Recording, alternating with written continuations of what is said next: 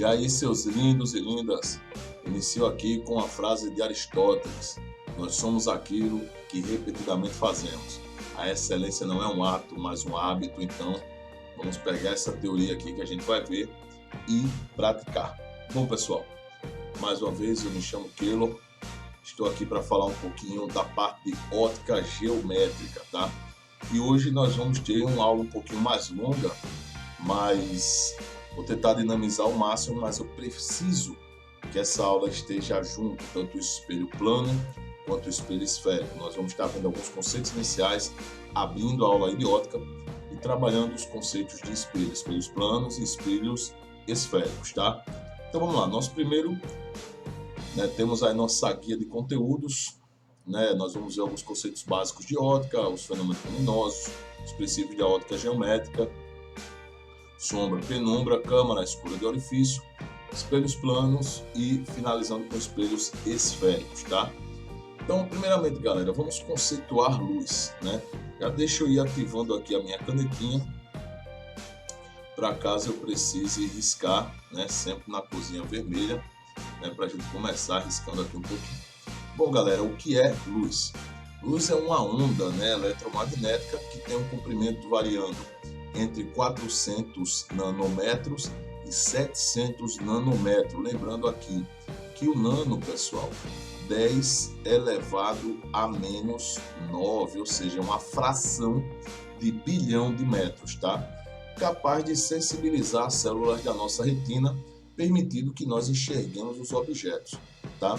Em outras palavras, é uma manifestação que é sensível aos nossos olhos. Manifestação essa na forma eletromagnética, ou seja, ela se propaga no vácuo, tá? A velocidade da luz no vácuo é 3 vezes 10 a oitava metros por segundo, 300 milhões de metros por segundo ou 300 mil quilômetros por segundo, tá? E a gente denota a velocidade da luz no vácuo pela letrinha C, tá? Bom, aqui está o espectro luminoso dos comprimentos de onda na parte da luz visível, certo? Entre os 400 e os 700, tá? E aí a gente tem esse espectro visível, temos aí acima, em relação à frequência, ou abaixo em relação ao comprimento, nós temos o radar, as ondas de FM, TV, ondas curtas, AM, e abaixo no comprimento e acima na frequência nós temos raios gama, raio X, ultravioleta, certo? Sempre nessa faixa aí. Bom, primeiro agora vamos conceituar, vamos começar do básico, conceito aí de fontes de luz, Fonte de luz é qualquer objeto que emite luz, ou seja, ele pode ser visto por um observador, A fonte de luz ela pode ser primária, que é quando essa fonte possui a luz própria, tipo o sol, tipo uma lâmpada, lembrando, acesa, obviamente, tá? Ou ela pode ser uma fonte secundária, que é quando ela emite a luz de outra fonte, ela reflete de fato a luz de outra fonte, tipo a lua, ou tipo essa situação aqui, onde eu tenho aqui uma fonte primária, mas tenho objetos refletindo aqui a luz dessa fonte primária, tornando-se então fontes secundárias, tá? Lá nos pequenininhos, no fundamentalzinho, a gente aprende em ciências como o corpo luminoso, que seria a fonte primária, e corpo iluminado, que seria a fonte secundária. Só vou pedir a correção porque aqui está escrito lâmpada acesa e não é, tá? Então corrige isso aí, tá? Bom, seguindo aí os conceitos, nosso próximo conceito é o conceito de raio de luz. O raio de luz é uma linha geométrica orientada que representa a trajetória percorrida pelo raio de luz no espaço, pela luz no espaço. É essa linha, que representa o caminho por onde o raio de luz está percorrendo, tá? O conceito é de raio de luz. Então, esse conjunto de raio de luz, ele vai ser chamado de feixe de luz. Na prática, nós não enxergamos individualmente um raio de luz, tá? A gente vai sempre enxergar feixes, embora nas contas a gente considere os raios de luz de forma a ser individualizados, tá?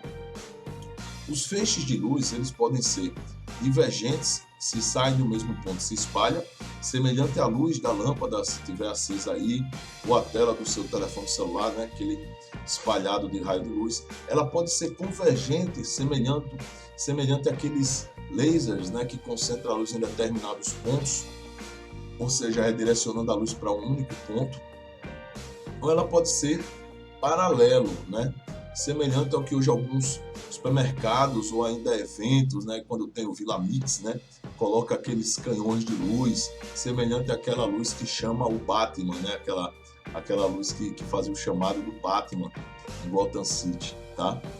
Bom, e por onde a luz se propaga, né? Quais meios a luz se propaga? Os meios de propagação podem ser transparentes, certo? Que é quando a luz, né, deixa eu ilustrar aqui, ela passa exatamente do mesmo jeito que ela entrou, meio transparente. Já no meio translúcido, né, devido a uma peculiaridade do meio, a luz ela sofre um pequeno desvio. Então, diferente do meio transparente, onde você distingue o objeto que está do outro lado, o meio translúcido você vai distinguir, só que vai estar ainda distorcido, certo? Vai estar algo desfocado, distorcido, tá? E no meio opaco, né, o raio de luz nem passa, né? Tipo uma parede, tipo você, o raio de luz não atravessa você, tá? São os meios de propagação da luz. E aí a óptica ela também é baseada nos fenômenos luminosos. Então, primeiro fenômeno é a reflexão. A reflexão é quando o raio da luz bate na superfície e retorna vindo pelo mesmo meio do qual ela veio. A reflexão ela pode ser regular, né? Perceba aqui bem bonitinho a simetria entre esses raios refletidos. Já deixei coloridinho para vocês visualizarem essa simetria, certo? Na reflexão regular, você tem algo parecido dessa forma aqui. Você está vendo o reflexo da moça aqui, certo? Então, é uma reflexão regular, né? Então, você tem basicamente uma cópia enantiomorfa dessa moça. Enantiomorfo, professor, que palavrão é esse que você falou? Enantiomorfo é o tipo de imagem vista de trás para frente, né? A imagem que a gente enxerga no espelho, conforme você vê aí as relações entre a pulseira e o relógio da moça aqui, tá? Essa versãozinha aqui, né? É o chamado enantiomorfismo, tá? Mas a reflexão, ela pode ser também, ela não necessariamente precisa ser regular, ela pode ser difusa. A peculiaridade para a reflexão ser regular está aqui na superfície. É uma superfície perfeitamente lisa, tipo um espelho plano, tipo aquela travessinha, né, de colocar o chá das 4 lá da vovó. Mas se aquela superfície não for plana, a gente vai ter uma reflexão difusa. Perceba que aqui os raios de luz estão sendo refletidos em direções diferentes por conta da peculiaridade existente aqui, né, nessa superfície. E aí a imagem ela fica um tanto quanto distorcida, tipo essas águas que não estavam paradas e refletem essa árvore dessa forma. Dá uma paisagem bonita, mas a gente não tem aí uma imagem exatamente, digamos assim, igual, né? Só que é enantiomorfa em relação ao objeto real, tá? A óptica geométrica, meus consagrados, ela é baseada em alguns princípios, em 3, na verdade. O primeiro princípio é esse, né?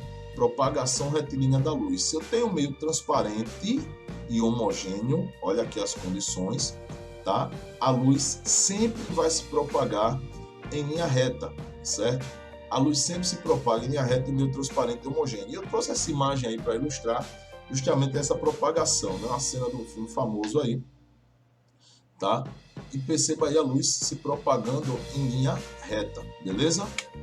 O segundo é a independência dos raios luminosos. Perceba que eu vou individualizar esse feixe de luz e esse feixe de luz, que aqui eles se cruzam. E onde eles estão se cruzando aqui, ó, acontece vários nada, tá? Porque os raios de luz eles são independentes. Quando 2 ou mais raios de luz se cruzam, certo? Um não interfere na trajetória do outro. Então os raios de luz eles são independentes entre si, beleza? E por último, a reversibilidade luminosa, que diz que a trajetória de um raio de luz ela não depende do sentido de propagação. Então eu tenho aqui um passageiro que olha no retrovisor e enxerga o motorista. O motorista, olhando no retrovisor, enxerga o passageiro. Se eu trocasse a posição dos dois, essa trajetória não seria alterada. Da mesma forma, se eu tivesse dois espelhos aqui, colocasse uma fonte de luz aqui, uma lanternazinha, e colocasse um observador aqui, né? Um olhinho, um observador aqui, né? Um olhinho, né?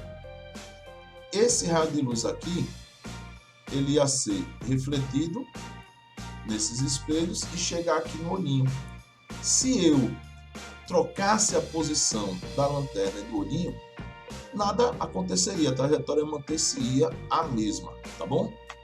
Bom, continuando aí, os conceitos de sombra e penumbra, mas antes, fonte de luz. Uma fonte de luz, ela pode ser pontual ou pontiforme, né, em forma de ponto, que é quando as dimensões dela não influenciam em determinado estudo, e ela também pode ser extensa, que é quando as dimensões dela influenciam em determinado estudo, tá? Isso, no caso da óptica, vai impactar exatamente aqui, na questão de sombra e penumbra. Uma fonte de luz pontual, quando ela passa por um objeto opaco, ela gera aqui, nesse anteparo, essa região chamada cone de sombra. Sombra é a ausência total de luz, tá? Mas já uma fonte de luz, que é a definição de sombra, né? A região do espaço que não recebe luz devido à presença de um obstáculo opaco, tá? A penumbra, ela é a região que recebe uma luz parcial, né? Recebe parcialmente a luz de uma fonte por conta também do objeto opaco. Então perceba que uma fonte pontiforme, pontual, ela vai gerar aqui, terminei cortando, um cone de sombra, certo? Mas eu tenho também as fontes extensas, onde o tamanho influencia. E olha como fica o desenho. Eu tenho o conezinho aqui e tenho essa parte aqui, tá? Então, vê só, essa parte central aqui continua sendo um conezinho de sombra, mas essa outra parte aqui, ela vai ser uma região de penumbra. Qual a diferença, professor? Na região de sombra, não vou conseguir enxergar nada, mas na região de penumbra eu enxergo parcialmente, né? Porque eu tenho uma emissão parcial aí de luz. Fonte de luz pontual, pontiforme, vai te dar um cone de sombra. Fonte de luz extensa vai lhe dar um cone de penumbra, beleza? E aí, seguindo aqui a linha, a gente fala um pouquinho da câmara escura de orifício. Por que estudar a câmara escura de orifício? Certo? Bom, basicamente, tudo que advém, né, o olho humano, uma câmera qualquer, certo? Inclusive a câmera do seu telefone celular também, certo? Ela funciona basicamente em cima desse princípio aí. Tá? Eu tenho um objeto com determinada altura, O, e os raios de luz refletidos por esse objeto, eles adentram. O que é a câmara escura do orifício? Uma caixinha, uma câmara mesmo, certo? Por dentro ela é escura e tem aqui esse buraquinho, o orifício. Quando os raios de luz penetram o orifício, né, eles vão se cruzar devido ao orifício ser pequeno. Esse raio aqui de cima, ele termina vindo aqui para baixo, e esse raio aqui de baixo termina dentro da câmara vindo para cima. E isso vai me dar uma imagem aqui de altura I, certo? E essa imagem ela é invertida, uma imagem projetada, né? Então ela é uma imagem invertida. Esse objeto está a uma determinada distância P da câmera e a imagem do buraquinho da câmera, do orifício, e a imagem está a uma determinada distância P', né? Alguns livros, e eu também, inclusive, prefiro, ao invés de P, usar DI, distância da imagem até o orifício, e no lugar do P eu uso DO, distância do objeto real até o orifício. Mas aí é questão de nomenclatura. Se você aplicar aqui, você perceba que são triângulos, e se você aplicar a semelhança de triângulos, você percebe que o tamanho da imagem está para o tamanho do objeto, I está para O, assim como a distância da imagem, o P' ou DI, está para P, né? DI está para DO, P' está para P. tá? Então, esse é o princípio da câmara escura de orifício. Bom, vamos ver aqui um pouquinho de espelhos planos. O espelho plano é uma superfície bem polida, né, que vai me gerar uma reflexão difusa. E o estudo dos espelhos planos é fundado aí em leis, tá? As chamadas leis de reflexão. A primeira lei é uma lei de planificação. Eu tenho aqui um raio incidente, que eu chamo de RI, um raio refletido, que eu chamo de RR, e uma reta aqui imaginária normal, né, formando 90 graus com a superfície do espelho, certo? Essa reta pontilhada aqui, que é a normal, tá? Então, a primeira lei ela diz o seguinte, que o raio incidente, o raio refletido e a reta normal, elas pertencem todas ao mesmo plano, tá? E a segunda lei diz que esse ângulo aqui, né, formado entre o raio incidente e a reta normal, que é o ângulozinho I, é igual a esse ângulozinho R, formado pelo raio refletido e a reta normal, que é a lei de igualdade dos ângulos, né, de incidência e reflexão. O ângulo de incidência é igual ao ângulo de reflexão, tá? Bom, então, dando continuidade aí ao estudo dos espelhos, né? Como é que funciona, né? Eu tenho aqui um espelho plano, o objeto e a imagem correspondente eles vão ser simétricos em relação ao espelho, ou seja, a mesma distância do objeto até o espelho é a mesma distância da imagem até o espelho.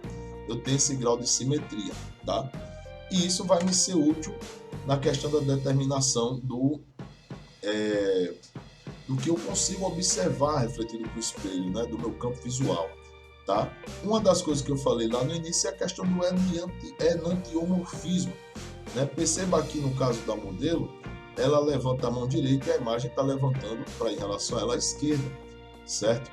Professor, se eu levantar a mão direita e a imagem do meu espelho levantar também à direita, a minha direita, o que é que eu faço? Corra, que isso é assombração. Se tu levanta essa mão, a imagem vai ter que levantar a mão enantiomorfa a você, tá certo?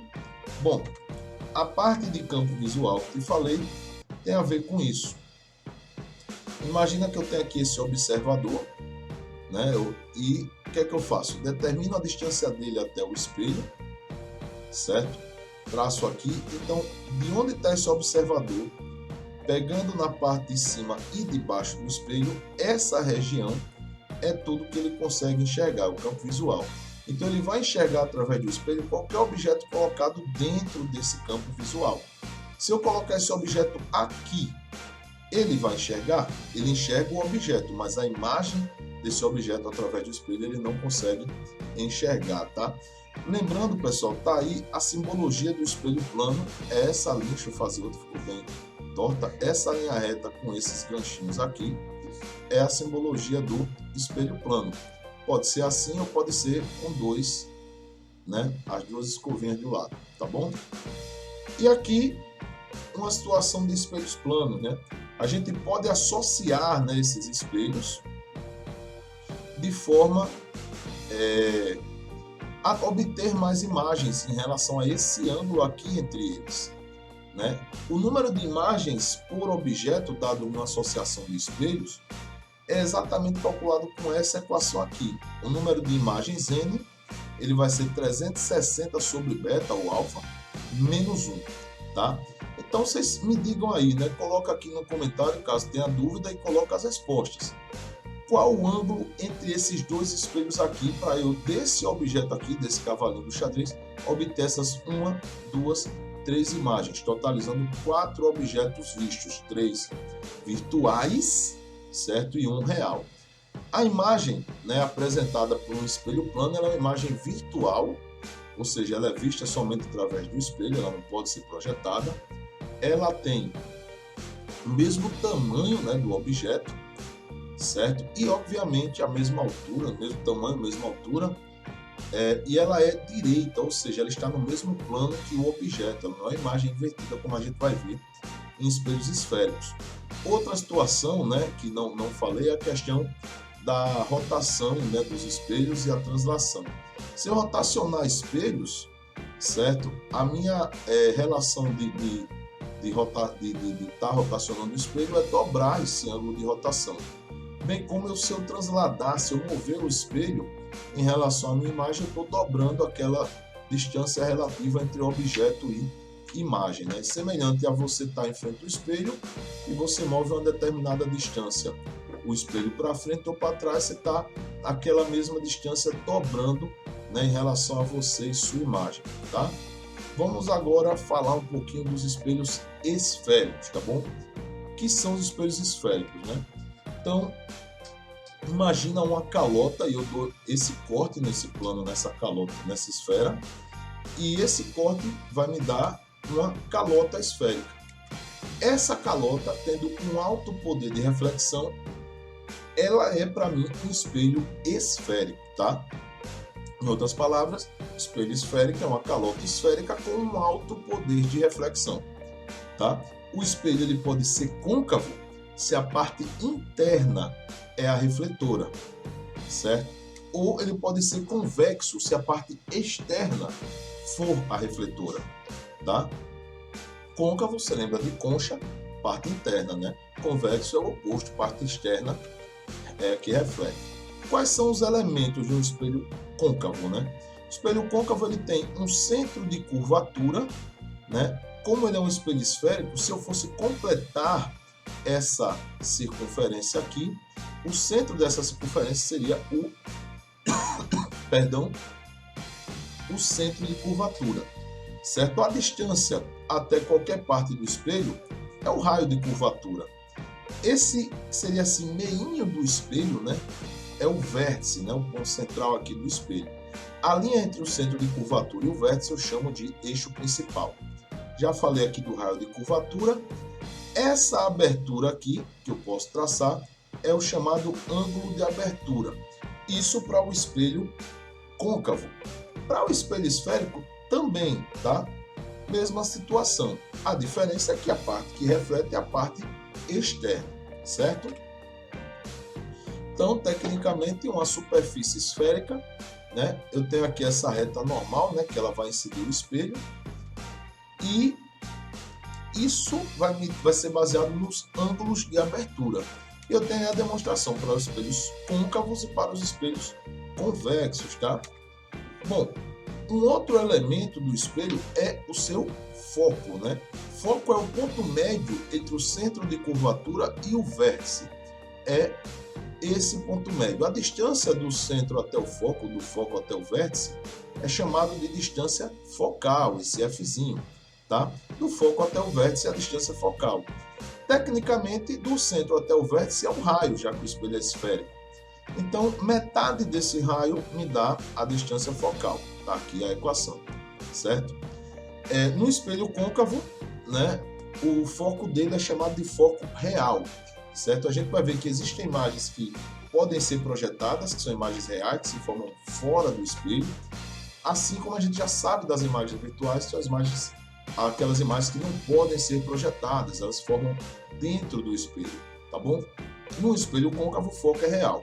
Foco real sempre positivo, tá? Não se preocupa não, porque no final eu tenho um organograma bem legal disso aí. Bom, algumas situações, né? Os raios refletidos, eles não se concentram num único ponto. Então existe a situação da aberração esférica. O que é aberração esférica? É eu ter uma imagem não necessariamente nítida do meu objeto, semelhante a essa daqui, né? Que parece aquela senhora grávida, né? Que enganou aí um monte de gente. Para não ocorrer essas aberrações, perdão, existem as condições de nitidez de imagem de Gauss. Gauss, né, que estudou bastante, contribuiu muito para a óptica, tá? Para isso, o ângulo de abertura do espelho não pode ser maior que 10 graus e os raios incidentes eles têm que estar pouco inclinados em relação ao eixo principal, para não ocorrer as aberrações e ter imagens aí mais nítidas, tá?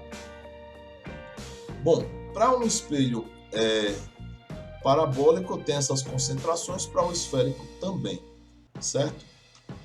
E aí algumas aplicações, né? Uma das propriedades dos raios de luz que incidem nos espelhos esféricos é ter os seus raios refletidos sobre o foco. Então aí, caso a gente precise colocar essas ondas eletromagnéticas ou luz, né? Que são ondas de radiofrequência também, já que eu preciso, por exemplo, como uma antena parabólica, fazer com que esses raios se concentrem no único ponto, eu posso colocar o captador dessa antena, né, nessa parábola aqui da antena, exatamente no foco, de forma que os raios captados vão se direcionar num único ponto. Um outro exemplo é a questão do forno solar. Aí eu tenho o forno de Odelo, né, na França, nos Pirineus franceses. Esse é um forno gigantesco. Ele tem uma potência de 1 megawatt, né, temperaturas que chegam a 3.800 graus Celsius, tá? Mas é muito comum ver isso, né? O pessoal mais pobre, no sertão, faz muito, que é a questão de você montar um forno com objetos refletores, no caso eles quebram o espelho e fazem, certo? De forma a captar os raios de luz e concentrar no único ponto para aquecer os objetos, sem ter os alimentos, né? Sem ter a necessidade de estar utilizando o forno a gás. Bom, vamos ver aqui agora alguns elementos do espelho com as formações das imagens. Eu tenho o foco, né? O foco principal do espelho, aí para o espelho convexo. Todo raio de luz que incidir paralelo a esse espelho, ele vai ser refletido sobre o foco, tá? No caso do espelho convexo, esse foco ele é virtual. Tanto o foco quanto o centro de curvatura, eles estão dentro do espelho.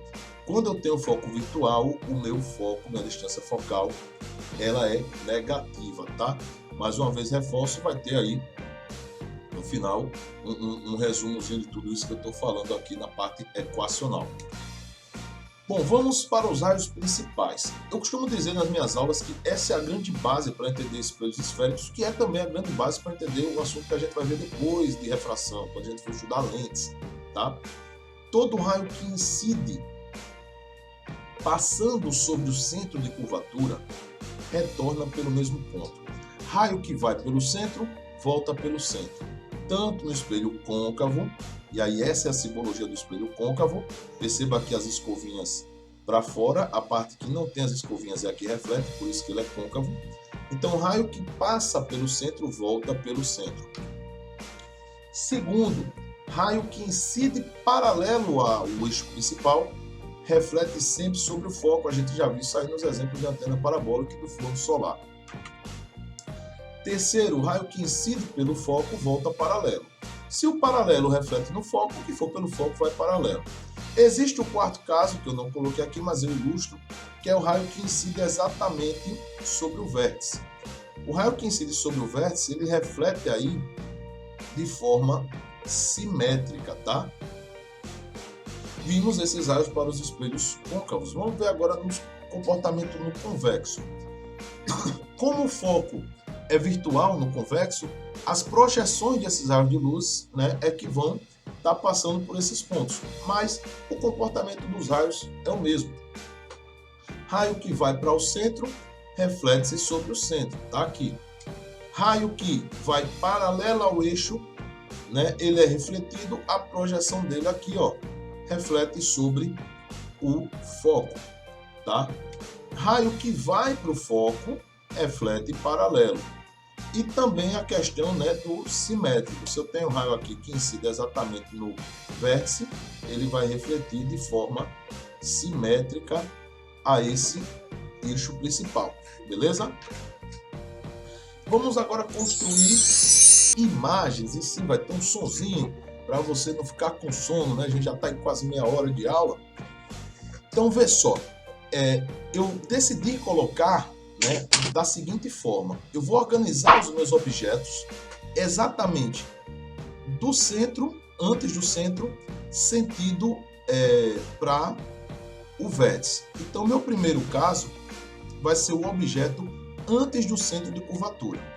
Então, um raio refletido por esse objeto que vai paralelo, ele passa pelo foco. O raio que vai no vértice reflete simétrico. E o raio que vai pelo foco reflete paralelo. Perceba que somente com dois desses raios de luzes, e são as mesmas propriedades dos raios particulares, eu estou formando aqui a minha imagem. Que características essa imagem vai ter? Primeiro, a posição. Se esse objeto real está aqui antes do centro, a imagem se formou entre o centro e o foco, tá? E o que é que ela tem de característica mais? Ela é uma imagem real. Imagens reais são as que se formam fora do espelho. Imagem que pode ser projetada, tá? Ela também é uma imagem menor de tamanho em relação ao objeto. E ela, em relação ao objeto, também está em outro plano. Ela é uma imagem invertida. Então, se o meu objeto está antes do centro de curvatura, eu vou ter aí uma imagem que se forma entre o foco e o centro, de tal forma que ela é real, né, se forma fora do espelho, ela é menor que o objeto e ela é invertida. Entenderam a pegada do caso? Agora eu vou andar com esse objeto mais um pouquinho, vou colocar ele exatamente aqui em cima do centro de curvatura. E vou usar os mesmos raios particulares. Raio paralelo reflete sobre o foco. Raio do foco reflete paralelo. Com esses dois raios já basta. Olha aqui onde está a minha imagem, exatamente embaixo do objeto, no ponto do foco. Essa situação aí, ela é muito usada em alguns truques de mágica, tá? Em alguns truques de mágica que se faz o objeto sumir, é basicamente essa linha aí, né, de pegada que se faz, né? Na verdade não é mágica, é ilusão. Bom, que características tem essa imagem? Ela é uma imagem real, né, se formou fora do espelho. Ela é uma imagem de mesmo tamanho que o objeto e é uma imagem também invertida, tá? Em relação ao objeto. Agora eu andei mais um pouquinho com esse objeto, coloquei ele entre o centro e o foco. Raio paralelo vai para o foco, raio do foco paralelo. Olha aqui onde se formou a imagem. Ela já se formou antes do ponto do centro de curvatura. Que características ela tem? Ela continua real, se formando fora. Ela é maior agora que o objeto. E ela é invertida. O que é que a gente observou nesses três primeiros casos do espelho côncavo? Que antes, quando eu tinha o meu objeto aqui, eu tinha uma imagem menor aqui. Quando eu coloquei o meu objeto aqui, aqui foi o primeiro caso. Quando eu coloquei aqui no meu segundo caso, exatamente em cima do centro, a minha imagem já se formou aqui com o mesmo tamanho, né? Ou seja, eu aproximei o objeto, a minha imagem se afastou e foi aumentando de tamanho. Agora aqui no terceiro caso, aproximei mais ainda entre o centro e o foco e meu objeto se afastou mais ainda e aumentou mais ainda de tamanho. Então, ao passo que nesses três casos eu aproximo o objeto, a minha imagem se afasta e aumenta de tamanho, tá? Bom, esses três casos que nós vimos são os únicos três casos do espelho côncavo que a gente tem imagens reais. Na realidade, são os únicos casos em que a gente tem imagens reais de espelhos esféricos em geral. O próximo quarto caso é muito aproveitado aí nas cascas de banana, nas questões de vestibular, que é o objeto coincidentemente em cima do foco. Então veja só, o raio paralelo reflete sobre o foco. Eu vou aqui usar o raio simétrico e perceba que esses raios, por serem paralelos, eles não vão se cruzar. A gente diz na matemática que duas retas paralelas se cruzam lá no infinito. Então a gente vai dizer que essa imagem ela se forma no infinito, ou é uma imagem imprópria, né? Só tome cuidado para não dizer aí, mamãe, papai, o professor está mostrando aqui imagem própria. Não, essa imagem é própria porque ela não aparece, ela se forma no infinito, tá?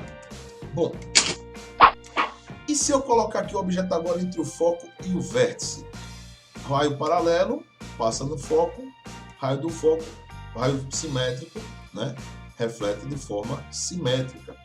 Mas perceba que eles estão aqui se afastando. Se eles estão se afastando, é porque em algum lugar aqui atrás eles se juntaram, tá? E aí, ó, a imagem se formou atrás, no caso dentro do espelho. E olha o que aconteceu, aumentou demais, né? Essa é uma imagem que se forma atrás do espelho. E as características dela, que ela é uma imagem virtual, né? Se a gente enxerga ela somente através do espelho, ela é bem maior, né, que o objeto, olha a relação, e ela é uma imagem direita, né? É o único caso de espelho côncavo que não tem imagem invertida, tá? E eu tenho aqui alguns exemplos em relação a esses casos, né? Com algumas fotos aqui dessas imagens. Então, uma imagem real, né? Invertida formada, e uma imagem virtual, né? Maior que o objeto. Em relação aos espelhos convexos, pessoal, como o foco e o centro estão dentro do espelho, o objeto só basta estar na frente do espelho, em qualquer posição. Eu só tenho um caso. Raio paralelo, reflete no foco. Raio do foco, reflete paralelo. Raio do centro, reflete sobre o centro, o simétrico. Vão sempre se cruzar nesse ponto aqui. E aí, olha a situação que eu tenho. A minha imagem se formou entre o vértice e o foco, atrás do espelho, obviamente, né, que é onde estão o foco e o centro de curvatura do espelho convexo. E que características tem essa imagem? Ela é uma imagem virtual, ela é uma imagem menor do que o objeto e ela é uma imagem direita, ela não está invertida, está no mesmo plano, certo? E qual a intenção de você ter uma imagem menor? Isso gera uma ampliação do campo visual. Ocorre muito com um acessóriozinho, se colocar no retrovisor do carro, né, um espelho esférico convexo, que ele diminui a imagem e aumenta o campo visual. Usado também em algumas lojas, né, pelos seguranças, para ampliar o campo visual, ficar melhor de observar, em metrôs, ônibus, tá? Para, no caso do ônibus, o motorista observar ali de forma, ter um campo visual maior, porque as imagens tornam-se menores, tá? Bom, e aqui está a imagem formada, né, através de um espelho convexo. E aqui está as generalizações que eu falei, né? Eu disse que eu ia dar umas dicas, então vê só. Primeira dica, toda imagem real ela vai ser invertida, né? As imagens reais só estão lá nos 3 primeiros casos de espelhos côncavos e toda imagem real ela é invertida, né? Generalização aí, bem interessante. Segundo, toda imagem virtual ela é direita, isso vale para os espelhos planos e esféricos, né? No caso do espelho esférico côncavo, em relação ao último caso, um objeto entre o foco e o vértice, e no convexo, no único caso que tem. A terceira generalização é que apenas o espelho côncavo forma uma imagem real, certo? Apenas o espelho côncavo forma uma imagem real. Só que ele também pode formar uma imagem virtual, certo? E a última generalização, a imagem virtual ela pode ser formada por qualquer espelho. Agora, se essa imagem for ampliada, significa que o espelho é côncavo. Se ela for reduzida, o único caso, o espelho convexo. E se ela for do mesmo tamanho, a gente já estudou, o espelho é plano, beleza? E agora vamos às equaçõezinhas, né, para espelho esférico. Primeiro, a equação de Gauss, né? 1 sobre a distância focal é igual a 1 sobre DI, distância da imagem, chamado também de pelinha por alguns livros, mais 1 sobre DO, né, distância do objeto até o espelho, né, DI, distância da imagem até o espelho, DO, distância do objeto até o espelho. Pode ser chamado aqui de pelinha e aqui pode ser chamado de P, tá? A conhecida equação do fedido, né, equação do fedido, né, equação de Gauss, tá? E aqui algumas convenções de sinais, lembrando, espelho côncavo, distância focal positiva. Espelho convexo, distância focal, faltou o 0 aqui, negativa. Distância da imagem maior que 0, imagem real. Distância da imagem menor que 0, imagem virtual, tá? Bom, a gente viu que as imagens elas podem aumentar ou diminuir de tamanho, certo? E existe uma equação que também me diz o quanto ela aumenta ou diminui, que é o aumento linear transversal, esse Azão aqui. Então ele pode ser calculado fazendo a altura da imagem sobre a altura do objeto ou menos a distância da imagem sobre a distância do objeto até o espelho, beleza? Bom, terminamos aqui o nosso momento, pessoal, né? Espero que vocês tenham entendido tudo, foi um momento longo, mas isso já dá um gás bastante em toda a parte de óptica geométrica. Eu vou ficando por aqui, espero que vocês tenham entendido tudo. Fiquem com Deus e tchau, tchau!